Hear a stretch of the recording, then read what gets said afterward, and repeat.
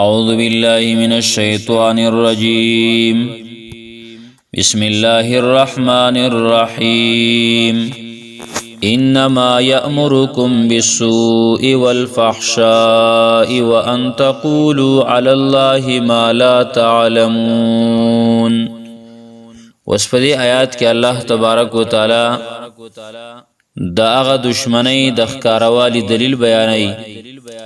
چې مخکې الله رب العالمین د شیطان باره کې وی ولا تتبعوا خطوات الشیطان، اے انسانانو د شیطان د قدمونو تابعداري مکوئ، د شیطان د طریقو تابعداري مکوئ، ځکه انه لکم عدو مبین، دا شیطان ستاسو دشمن دی ښکارا. اوس په دې آیات کې الله رب العالمین دلیل بیانوي داغه د دې دشمنی د ښکاروالی او د شیطان د وسوسې درې اقسام الله رب العالمین په ترتیب سره ذکر کړلی او بیان کړی دي. لکه الله رب العالمین فرمای انما یأمرکم، یقینا حکم کوي تاسو ته په وسوسو سره، تاسو ته حکم کوي په وسوسو سره. نو اول قسم بالسوء او بیا دویم قسم والفحشاء او دریم قسم وان تقولوا علی الله ما لا تعلمون. دا درې قسمه وسوسې چې کوم دنو بیانوي. علما ذکر کوي آیات کې دا انما دا د حصر د پاره دی، دا دلالت کوي په دې باندې چې وسوسې د شیطانانو د دې دریو چیزونو نه بهر نه دي. اول السوء چې حکم کوي تاسو ته په بدی سره، په سوء سره. دا سوء عام دی، هر گناه ته شامل دی، صغیره گناهی که کبیره گناهی. او دی گناه ته سوء د دې وجه نه ویلی شي چې په عاقبت داغي کې، په انجام داغي کې داغي کون کې بیا خفای. ځکه کم یو انسان چې گناهونه کوي نو دی خوشاله دی نشي، دی هغه ټیم کې به خوشاله او چې کله ګناه انجام راشي نو دی به خپای دنیا کې هم او آخرت کې چې ردی انجام نو خو ډیر بد دی. الله دې زموږ حفاظت وکړي. نو په عاقبت کې داغي کون کې داغي فاعل دا خپای، نو ځکه ورته سوء ویل شوی دی. نو شیطان حکم کوي په سوء سره، یعنی په هر ګناه سره، که صغیره ګناه ده او که غټه ګناه ده، کبیره ګناه ده. دویم نمبر والفحشاء، او دا شیطان حکم کوي په فحشا سره، په بهای سره. دا فحشا خاص دی پاغه پوری چې هغه ګناه چې شریعت داغې نه نهي کړي، شریعت داغې نه منع کړي، خود دې سره سره عقل هم بدګني. عقل هم وایي چې دا صحیح کار نه دی، دا ښه کار نه دی. لکه غلا شو، غلا چې څنګه شریعت داغې نه منع کړله نو دغه شان ته کې عقل هم دا بدګني چې دا ښه شی نه دی. دغه شان زنا ده، بدکاری ده چې څنګه شریعت درې نه منع کړله نو دغه شان عقل هم وایي چې دا ټیک نه دی. دغه شان دروغ دی، دغه شان بهتان دی، بدنامه لګول دی په چا باندې وغیرہ. دا داسې ګناهونه دي، غلا، زنا، دروغ، بهتان او دې سره نورم داسې شته چې دا چې څنګه د شریعت منع کړل نو دغه شان عقل هم دا بدګني چې دا خنه دي. او امام قرطبی رحم الله ویل دي چې السوء هغه گناهونه چې پاغي باندې حد نه مقرر شوی نو هغه ته السوء وایي، او فحشا هغه گناهونه دي چې پاغي باندې حد مقرر شوی. نو دا دویم نمبر شیطان دا وسوسه چې د فحشا. دریم نمبر وسوسه د شیطان وان تقولوا علی الله ما لا تعلمون. در ټول نزیات قبیح وسوسه ده، ځکه الله رب العالمین ته دا هغه چیز نسبت کول دي چې هغه د الله نه ثابت نه دی په وحی سره. دا اعظم گناه ده، دا غټه گناه ده، او دا خاص طریقه د وسوسې د شیطان ده چې هغه گناهونه خیسته کوي په دروغ نسبت کولو سره الله تعالی ته. انسان ته دا گناهونه خیسته کی او دا شان د دروغ نسبت هغه الله رب العالمین ته وکي. یعنی ګوره گناه وتا تابعداري ښکارا کی، گناه طاعت ښکارا کی، گناه ورته نیکی او ثواب ښکارا کی. کئی د گناه کار او هغه ورته پای کې ورته ثواب ښکاري. تقول علی الله په الله رب العالمین باندې دروغ جوړول دا د هر مشرک او د بدعتي طریقه ده او دیو جنا دا لوی ګناه ده بدعت دیو جنا شیطان په دې باندې ډیر زیات خوشحاليږي داغه وجه دا ده چې د انسان کوي ګناه او دې پای کې ثواب غني دې به داغه نه چرته توبه بیا وباسي دې خو بیا داغه نه توبه نه نشيسته ځکه چې هغه ورته ګناه وای نه نو دی وجنه دا درې قسمه وسوسې دي او شیطان دا وسوسې انسان ته اچي دا انما په دې باندې دلالت کوي چې شیطان وسوسې د دې درو خبرونه بهر نه وي نو الله و انما یامرکم یقینا دا شیطان حکم کوي تاسو ته بالسوء د بدی والفحشاء او د بحیاي وان تقولوا دا چې تاسو وایي علی الله په الله تعالی باندې ما لا تعلمون اغه چې تاسو پینه پويږئ واذا قيل لهم اتبعوا ما انزل الله وسپدی کې الله رب العالمین دا هغه مشرکانو دلیل باطل ذکر کړي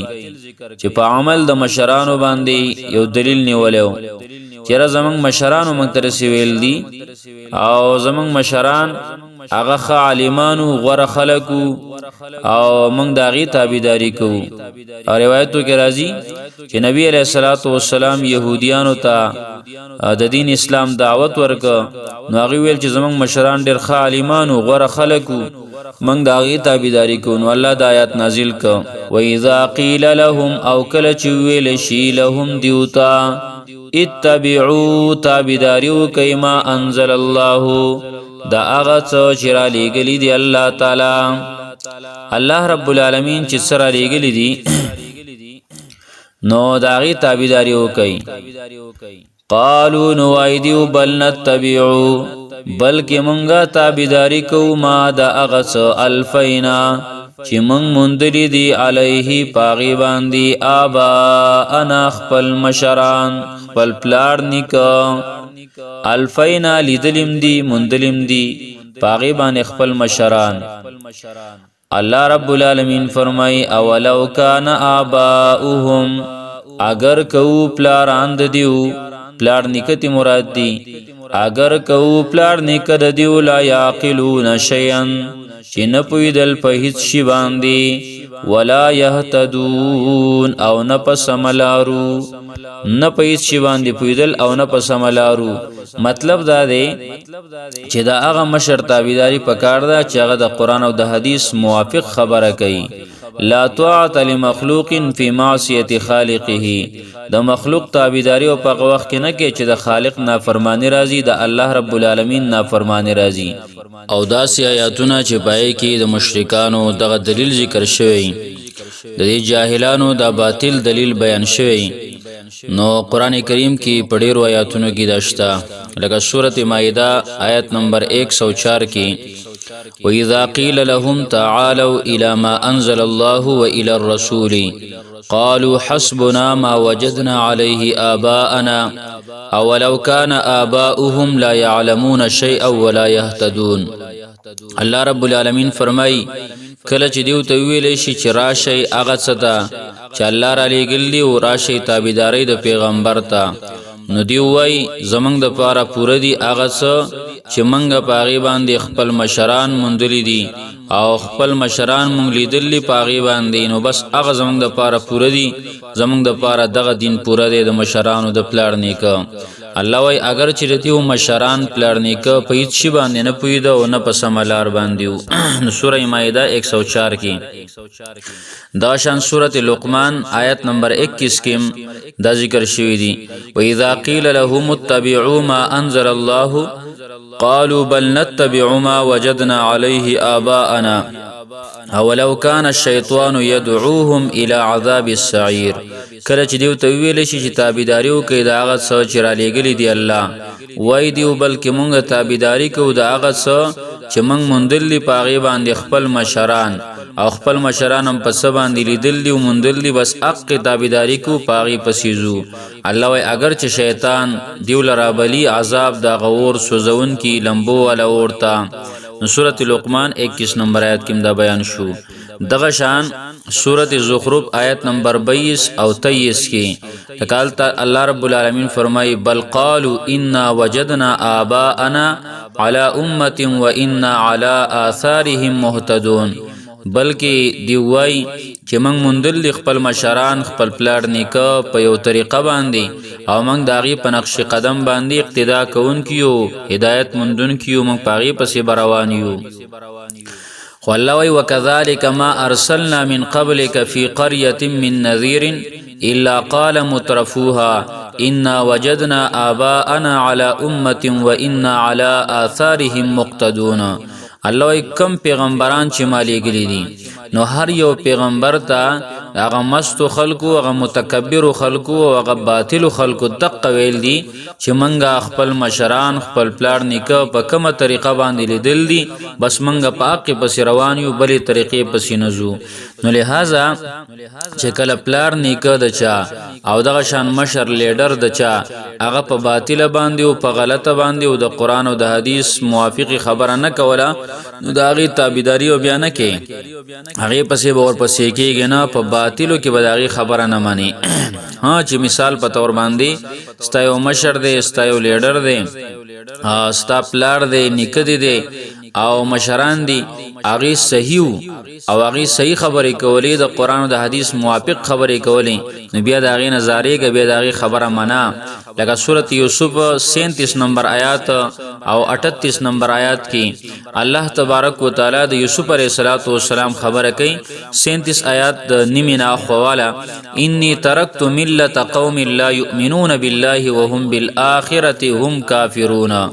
چې یوسف علیه السلام د خپل جیل ملګرو ته وای ما د سي دین چې کوم دنو هغه پریخه د مطلب دار چې هغه مانه د اختیار کړي چې هغه په الله باندې ایمان نه لاره او په آخرت باندې کفر کو واتبعت ملت آبائی ابراهیم و اسحاق و یعقوب او ما تابعداري کړل د دین د خپل مشرانو د پلار نیکه ابراهیم علیه السلام اسحاق علیه السلام یعقوب علیه السلام نګور دلته ما تابعداري کړل د دین د خپل پلار نیکه نو د پلار نیکه چې د سیول ک ابراهیم علیه السلام غوندي اسحاق علیه السلام غوندي یعقوب علیه السلام غوندي نو بیا دغه تابعداري بالکل کولای شي چې دغه نیکانی هغه صالحین هغه د قران او د حدیث موافق خبره کوي هغه د الله خلاف خبره نه کوي د الله د بغاوت خبره نه کوي هغه امر کوي او حکم کوي د قران او د حدیث موافق نو بیا دغه خبره معنا وتبعت ملت ابای ابراهیم و اسحاق و یعقوب د آیاتونو ترجمه دوباره ووري الله و انما یامرکم یقینا دا شیطان حکم کوي تاسو ته بالسوء د بدی والفحشاء او د بهایي وان تقولوا دا چې تاسو وای علی الله په الله تعالی باندې ما لا تعلمون هغه څه چې تاسو پینه پویږئ و اذا قیل لهم او کله چې ویل شدیوتا اتبعوا تابعداریو کما انزل الله دا هغه څه چې را لېږلي دي الله تعالی قالوا نویدیو بل نتبعو بلکې مونږه تابعداري کوو ما دا هغه څه الفینا علیه چې مونږ لیدلي دي پاغي باندې آبا انا خپل پلار نیکه ما الفینا دا هغه څه چې مونږ لیدلي دي علیه پاغي باندې آبا انا خپل مشران خپل پلار نیکه اولو کان آباؤهم اگر کو پلار نکر دیو لا یاقلون شیئا چې نه پویدل په هیڅ چیز باندې ولا یهتدون او نه په سملار باندې روانو سبحان الله وبحمده سبحانك اللهم وبحمدك اشهد ان لا اله الا انت استغفرك واتوب اليك